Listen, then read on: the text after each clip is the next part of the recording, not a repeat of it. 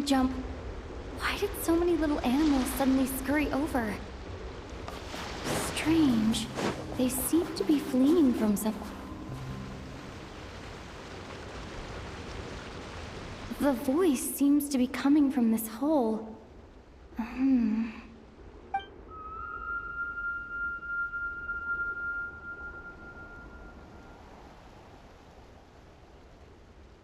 My ears... they're ringing non-stop. Why does this voice sound so familiar?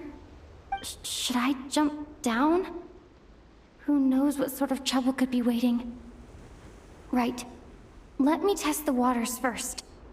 Hello? Come out of there! No response. The sudden silence is even more unsettling. But what exactly is down there? Well, there might be trouble, but there could also be treasure. Might as well take a look. If I encounter any danger, I'll make a quick exit.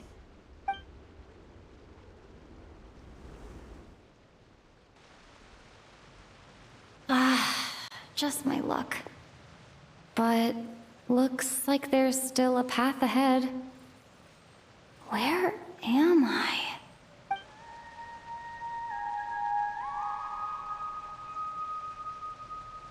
This is the same singing as before. I should follow the voice.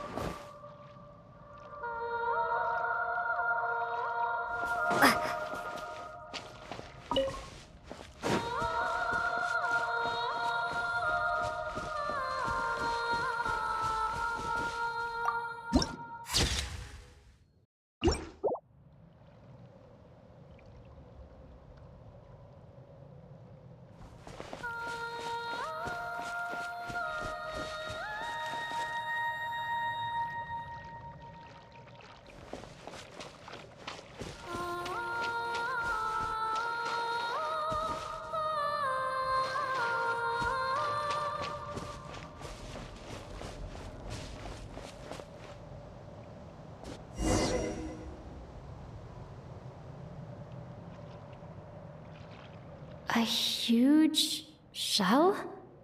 Strange. Hold on. Speaking of singing Fae, could it be Vodyanitsa? Hello? Anyone here? Still no response. Well, if there are mushroom gods in this world, there might as well be seashell Fae. I should check it out.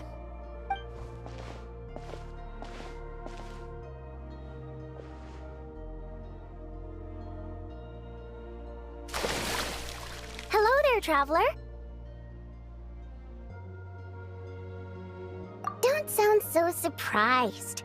Who else were you expecting? A lost little Snegoroshka? A Vila who took a wrong turn? A Doma voice stranded in the middle of nowhere? Because my private practice room is so well hidden, obviously. No one stumbles upon this place on purpose.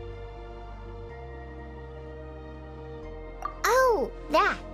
Yeah, I originally planned to channel some water over there and completely seal it off. But I asked a bunch of engineers, and they all said blowing up the cave's rock wall could cause landslides, avalanches, surface cracks, all kinds of bad things. Anyway, it'd be a huge pain.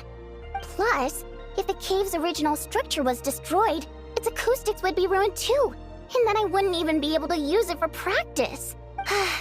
So, I gave up. And anyway, it's just like you said. Not many people would dare to jump down from up there. I'm not answering that question, because you haven't answered mine. Who else were you expecting to see here? One person asks, the other person answers. Then comes the next question. That's how polite conversation should go. A shell fae? You mean the oyster sprites that protect children who fall in the water? The ones from the fairy tales? Fae like that don't exist in Snezhnaya. The only fae associated with pearls are us water nymphs. After all, legend has it that if we cry out of true sorrow, our tears will turn into pearls. Want me to cry for you right now? I could do it. I mean, we know each other so well, and you didn't even recognize my singing voice. That could get me going. Of course not. Otherwise, there'd be nothing but pearls at the bottom of the water now, wouldn't there? I bet pearl necklaces wouldn't be nearly as expensive either. Plus, those pearls wouldn't be the quality kind. They'd be misshapen and have all sorts of impurities. If only there really were oyster sprites, though. I bet if you paid one, you could get all sorts of beautiful pearl jewelry. Oh, right. Take this pill to warm yourself up. You fell into a puddle on your way down, right?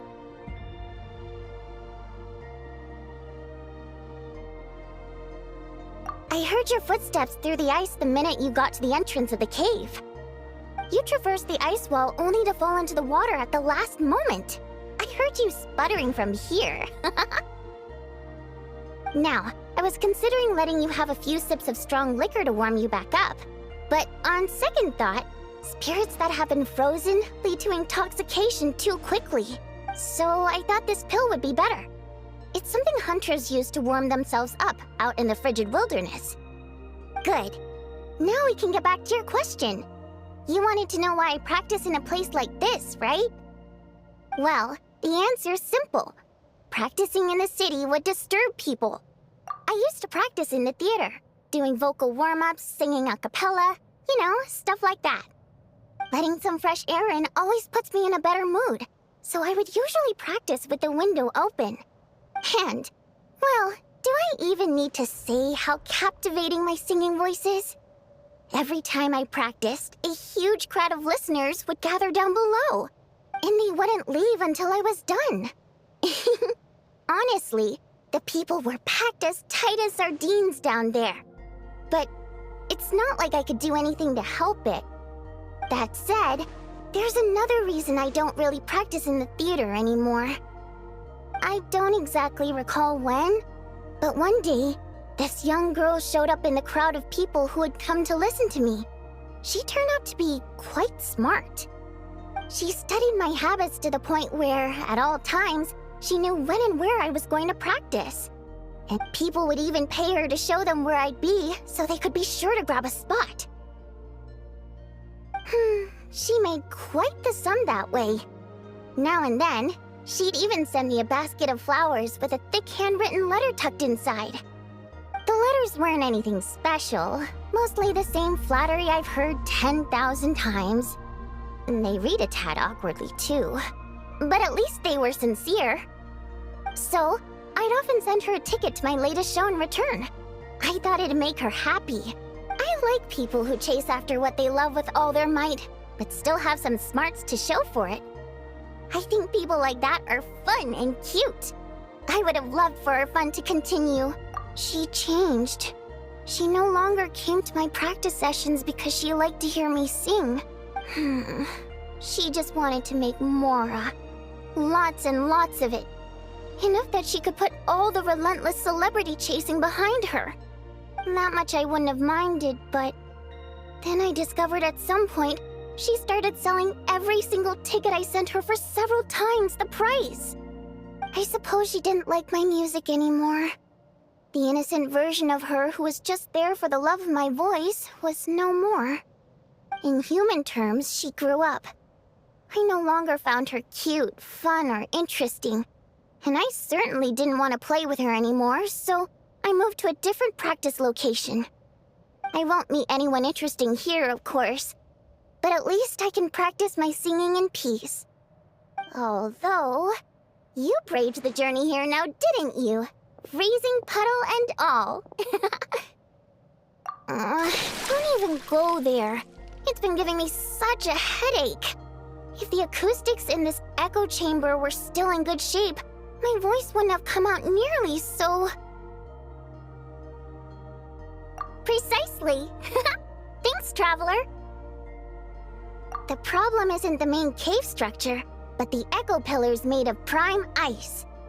Perhaps I was practicing too hard, or my pitch was too high. But while I was practicing a few days ago, some of the pillars suddenly cracked. Honestly, all I need are a few simple prime ice pillars to replace the damaged ones, and this chamber will be pretty much back in working order. But alas, I'm terrible at making things like that. Hinting? Goodness no. I'm shamelessly asking for your help, of course. No, it's like I said. All I heard were footsteps at the entrance. It's not like I lured you here or something. I swear. Anyway, since I have you here, there's no time to waste. Let me tell you which pillars to swap. Actually, just telling won't do. I have a better method. Shh.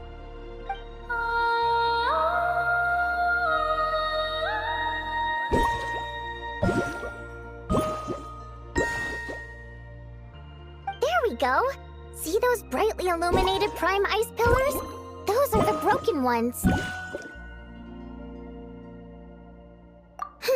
That goes without saying. Otherwise, I wouldn't be nearly so invested in all this. Anyway, I'm counting on you, Traveler. If you forget which prime ice pillars are broken, just come back and I'll show you again.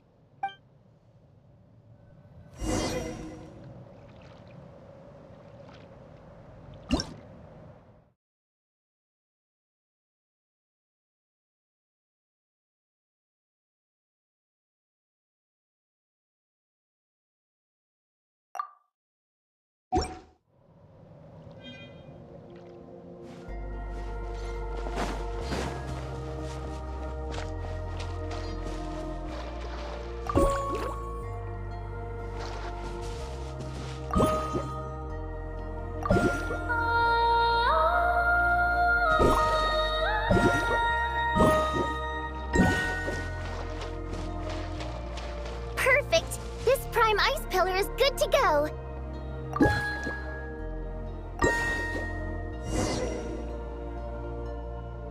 Oh, I knew I could count on you! It turned out beautiful! The positioning of these prime ice pillars is perfect! Now then, let me test them out.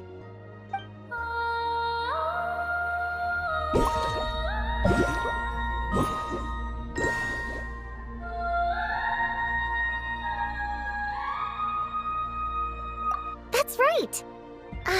Looks like I can practice in peace for now. Since you helped me fix these prime ice pillars, allow me to sing you a little practice piece. Unnecessary. My voice is all warmed up, so I'll do some a cappella now. I'm practicing here today, and in a few days I'll head over to Ronkovazoria to do the same. I wonder if Odette and Alosha will be there. Anyway, sit back and relax. Oh, but don't close your eyes, or you might zone out and fall face first into the water.